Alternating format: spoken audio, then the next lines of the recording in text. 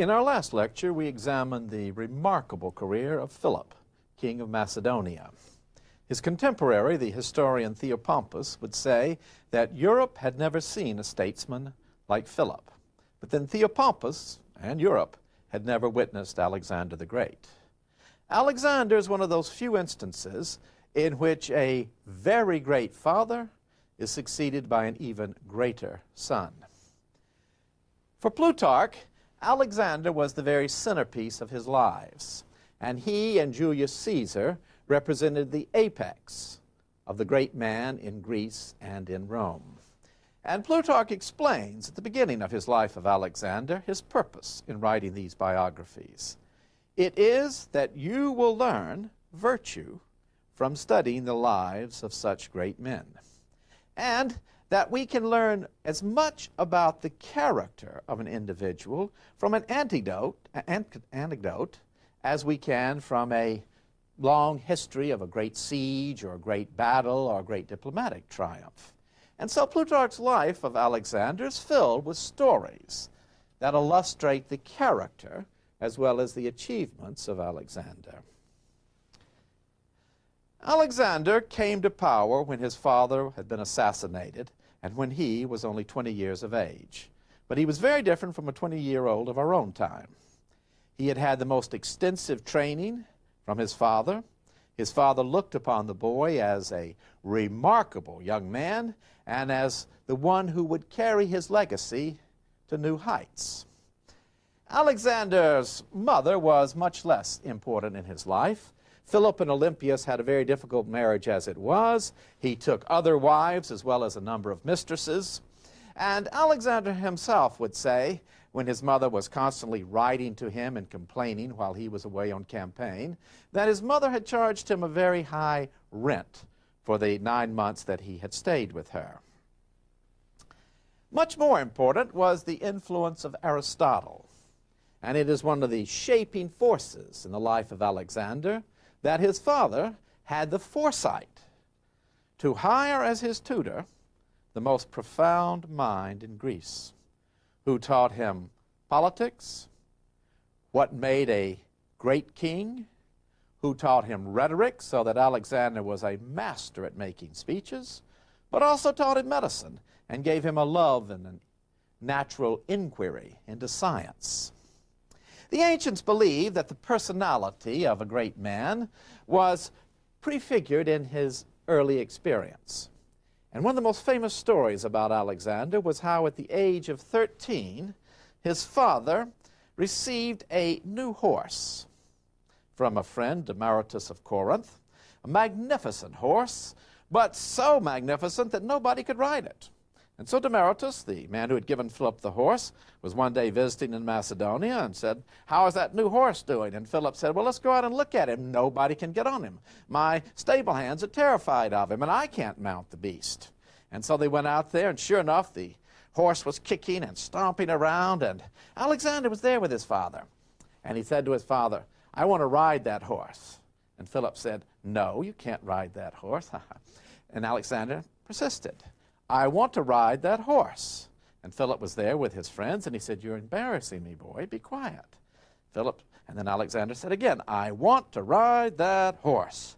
And Philip said, "Look, I have enough trouble with your mother as it is. If you fall and break your neck, she'll really be mad." He said, "I tell you what, Father, if I can't ride that horse, I will buy him."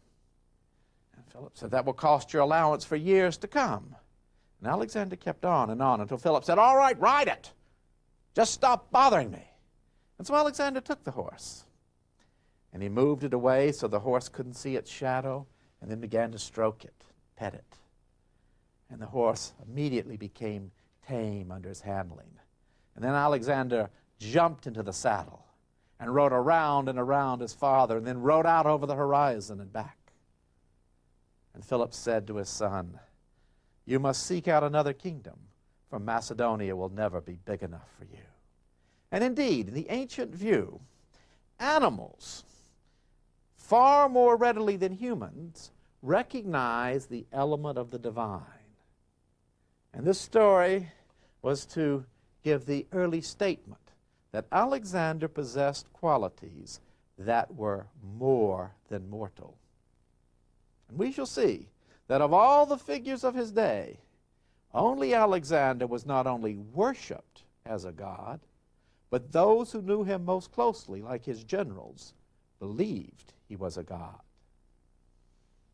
At the age of 16, he had led an army into battle and founded his own city, Alexandropolis. His father frequently founded cities called Philippopolis. Alexander conquered while his father was away and founded Alexandropolis. At the age of 18, he led the cavalry at the critical moment at Chaeronea, and at the age of 20, became king. He moved very, very rapidly to consolidate not only his power over Macedonia, but his power over the Greek League that his father had formed. In 335, he took his army on a campaign in the north against the Illyrians and the Thracians to show them his military capacity and to convince them that he could lead them as well as his father, and he did it with such success that they would remain devoted to him throughout his life. And then when Thebes, thinking that he was too young to respond rapidly, rose up in revolt, Alexander moved with astonishing speed, captured the city of Thebes, and then sold its population into slavery. It was a harsh example, but it ensured that he would march off to Asia, be away for years, and only the most minimal resistance would occur in Greece. Earlier attempts at liberating the Greek cities from Persian rule, as under King Agesilaus of Sparta, had failed because of revolts in Greece. Alexander knew about power, and he used it when necessary, absolutely ruthlessly, but always with the idea that it is better to spend one life and save 100. And that is what he did. And then in the spring of 334, he took up his father's challenge, the great expedition against Persia. Leading an allied force consisting of his Macedonians as well as contingents from the Greek city-states, he marched out on a spring morning, brought his troops to the Hellespont where Xerxes had once crossed, put his troops aboard ships, some 12,000 Macedonians, some 12,000 infantrymen from other Greek city-states, enough mercenaries to bring the figure up to 32,000. Infantry, 5,100 cavalry, a small enough force for the task he had ahead. As his troops were being ferried across, Alexander was sailing with some of his officers, and he kept giving them distributions of land and property. He didn't have very much money in his treasury. Philip had spent up almost all of the money, and now he was not only in debt from having raised all these ships and men, but also giving away his land. And his closest friend, Hephaestion, said, "You are giving away everything." And Alexander said, "I want you to have this estate." And Hephaestion said, "But what will you have left?" And Alexander said, "My dreams." And Hephaestion said, "Let me share in those, and you keep the land." And when they arrived on Asian shore, Alexander was the first to step ashore, hurling a spear into the ground, saying, "I take command of all of Asia," which meant the whole of the Persian Empire, as spear won territory. And indeed, from the outset, Alexander intended not just the liberation of the Greek cities of Asia Minor, not simply punishing the Persians for their sacrileges at the time of the invasion of Xerxes, but indeed the conquest of the entire Persian Empire. But first it had to be won by the spear. And meeting him at a small river called the Granicus, only a few miles inshore from the landing spot, was the Persian army. Not under the Persian king, this invasion was not thought worthy of the Persian king's direct involvement at this moment, but instead the satraps of Asia Minor, the governors, with some 40,000 troops, 20,000 heavy armed cavalry, and 20,000 Greek mercenaries. Some of them fighting not simply for pay, but out of hatred for Macedonia and out of the desire to liberate their cities from Macedonian rule. And the 20,000 heavy-armed Persian cavalry, the horse and man both in chainmail armor, the cavalrymen using bows as well as spears, lined the banks of this river. The river itself, the Granicus, was swollen by the spring rains.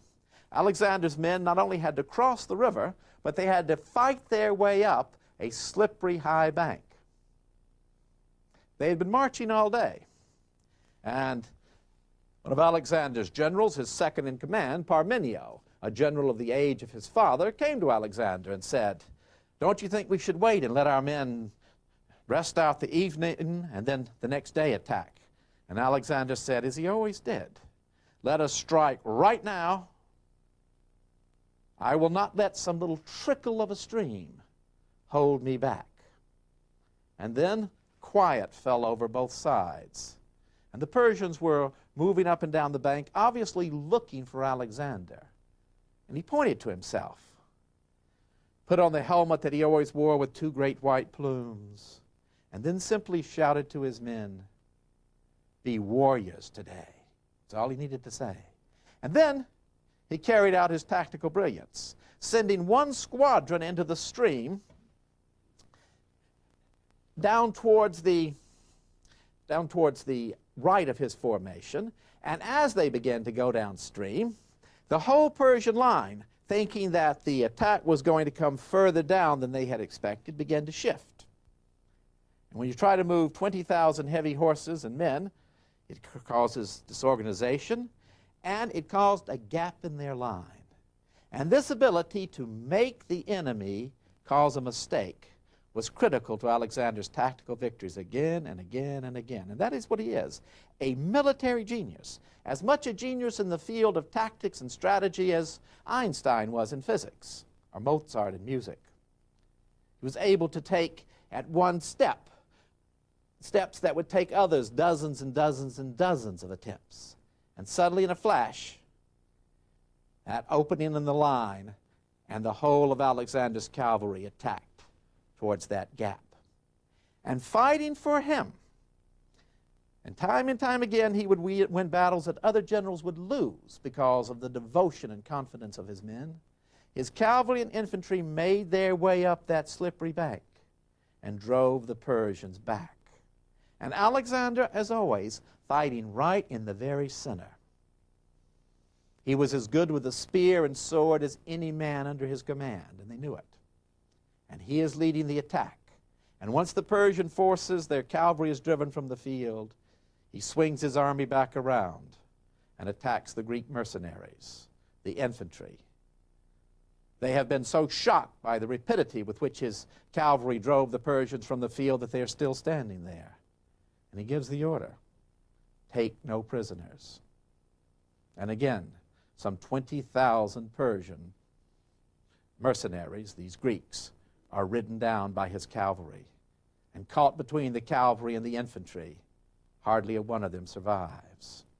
It's harsh, but it's warfare.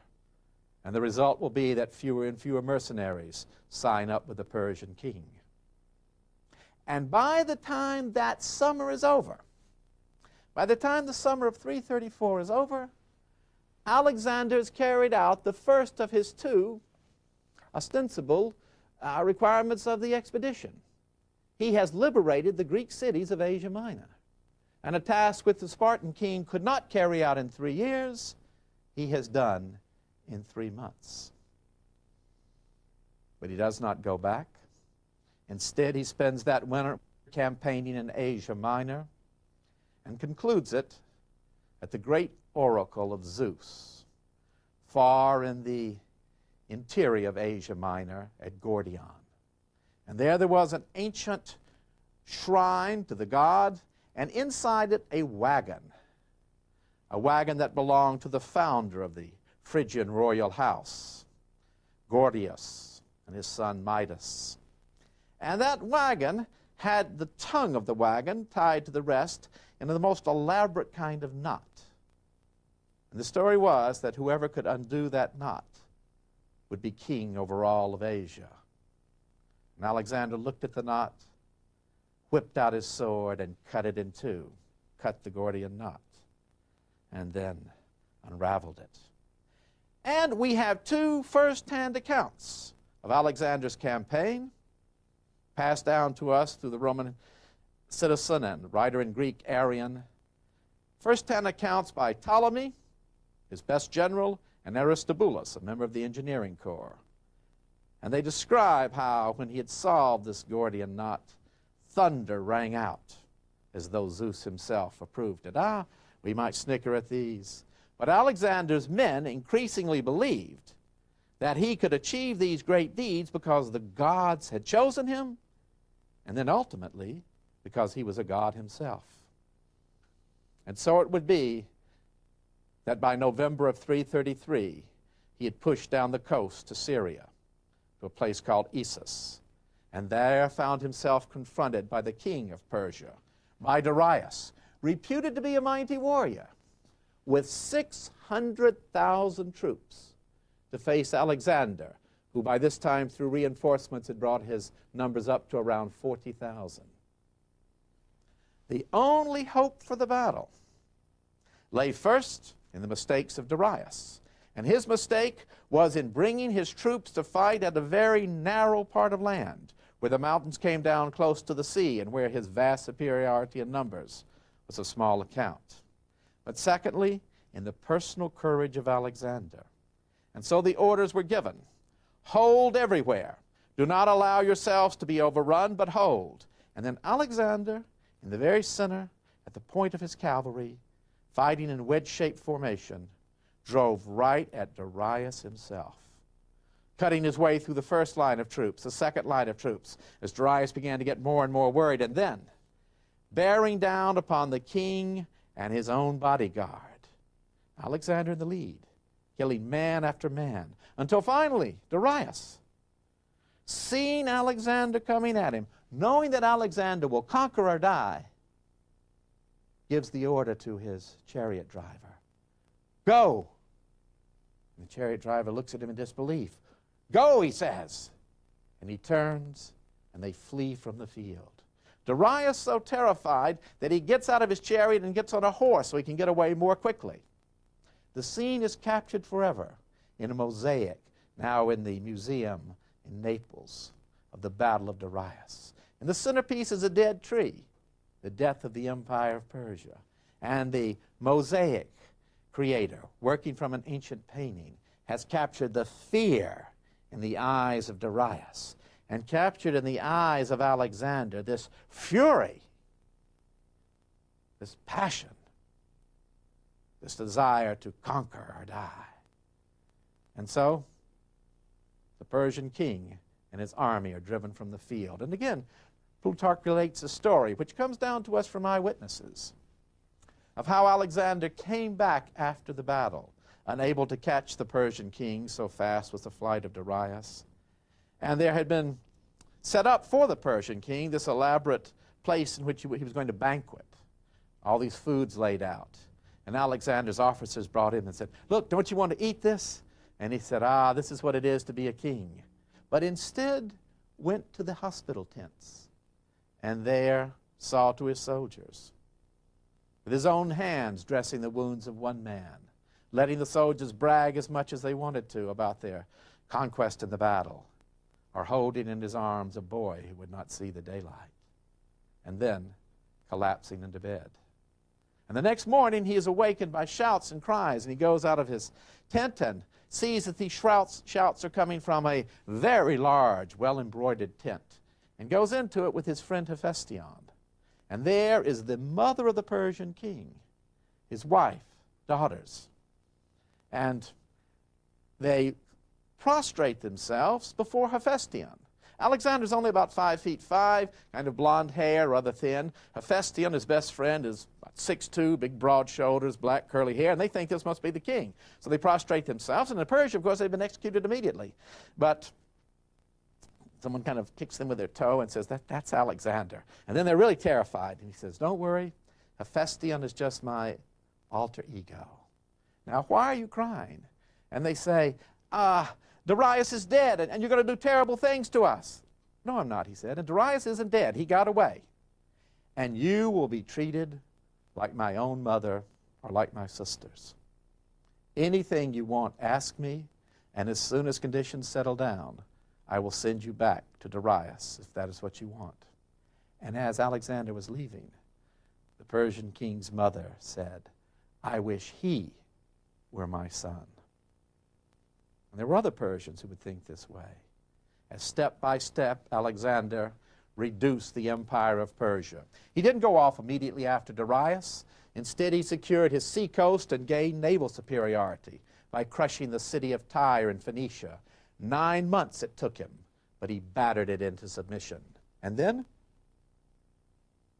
into Egypt, spending the winter of 332-331 in Egypt, where he displayed that remarkable ability to grow intellectually. The Greeks had nothing but contempt for the Egyptians, their gods and animal shapes. The ancient pyramids meant nothing to them. But Alexander studied the wisdom of Egypt. He allowed himself to be crowned as Pharaoh. He took to heart the lesson of the Egyptian priest, that it was the duty of a ruler to govern with might, with justice, to bring the world into order. And when they addressed him as God, as they addressed their pharaohs as God, they taught him what it meant, that he had been sent onto earth by the gods to bring order and justice. And so when he departed from Egypt, instead of establishing Macedonian governors, he established Egyptian governors. A rude shock to his Macedonians, who thought they'd come to plunder. And then on to one more final battle with the Persian king. And there at Gaugamela, in September of 331, his men overcame an army numbering, according to our sources, 1 million men. And once again, the tide was turned when Alexander charged the Persian king directly, and the Persian king turned and fled. And now city after city, Babylon, finally Persepolis, opened their doors to Alexander. The city of Persepolis, the capital of the Persians, was burned to the ground. That was carrying out the second part of the vow, not only to liberate the Greek cities of Asia Minor, but also to punish the Persians for the wrongs they had inflicted upon the shrines of the Greeks. And then he dismisses the allied contingents. Those soldiers who want to, and there are many, can sign on, but they serve now as the soldiers of Alexander. The great expedition, the crusade, is over, and now it is the winning of the Persian Empire. Darius will die, fleeing from Alexander, stabbed by his own men. And the Persians will watch first in amazement and then in admiration as Alexander gives all royal honors to Darius, his enemy, and sends his body back to rest with the Persian kings in the ancient capital. And then, 329, 328, he batters into submission the lands of Bactria and Sogdiana, the land of Afghanistan, Bactria, which the Russians, with all of their military technology, could not beat into submission. Alexander did. And having conquered it militarily, he then decided to marry a Bactrian woman, the beautiful Roxanne. His men had captured the stronghold of her father, Oxyartes, and then Alexander asked for her hand. And her father, Oxyartes, this Bactrian chieftain, said, "She can be your mistress, I don't care." And Alexander said, "No, I don't want that. I want to marry her according to your customs." And his best friend, Hephaestion, said, "But you don't even have a Macedonian wife." And he said, "I know. That is what will make it more special. I can never conquer all of these people, but I can win their hearts." And he began by winning the hearts of the Bactrians and the Persians. He now wore the royal garb of the Persian king and instituted Persian court ceremonies and married Roxanne. And then so his Persians and Macedonians would come to know one another as brothers on the field of battle, for he was already discerning that vision, that there was no such thing as Greeks and barbarians. His teacher Aristotle had been wrong. You see, his teacher had told him that Greeks were superior to barbarians, that only Greeks deserved freedom. Alexander saw that was wrong, that all men were equal, that you judged one by virtue, not by the color of their skin or what language they spoke. And he wanted his Greeks and Persians, his Bactrians, his Macedonians, his Sogdians to become brothers on the field of battle. And so in 327, he led them into India. Roxanne walked along holding his hand, and all along the ridges as his army moved out, Indians and Persians and Sogdianians riding side by side with Macedonians. The women ran along, woo, like that, shouting out in glory at this celebration. And so he marched into what we would call Pakistan today, capturing Aornis, the place where not even the birds could fly. And then finally to his great masterpiece, tactically and strategically, his battle with the mighty Indian Maharaja, Porus, the banks of the great river Hydaspes. He carried out a night flank attack, bringing his men across the river swollen, captured Porus between his infantry on one side and his cavalry and his Macedonian infantry coming down upon the flank. And his men were faced by these great war elephants. They'd never seen anything of this kind, huge towers rising up above them. And for Alexander alone, they charged these mighty beasts and broke them in battle. And then, having conquered Porus, brought Porus to him, and the great king, who stood over 7 feet tall, we are told in our sources, looked down upon Alexander, and Alexander said to him, because Porus had fought with tremendous bravery, "Is there anything I can do for you?" And Porus said, "Treat me like a king." And Alexander said, "Of course.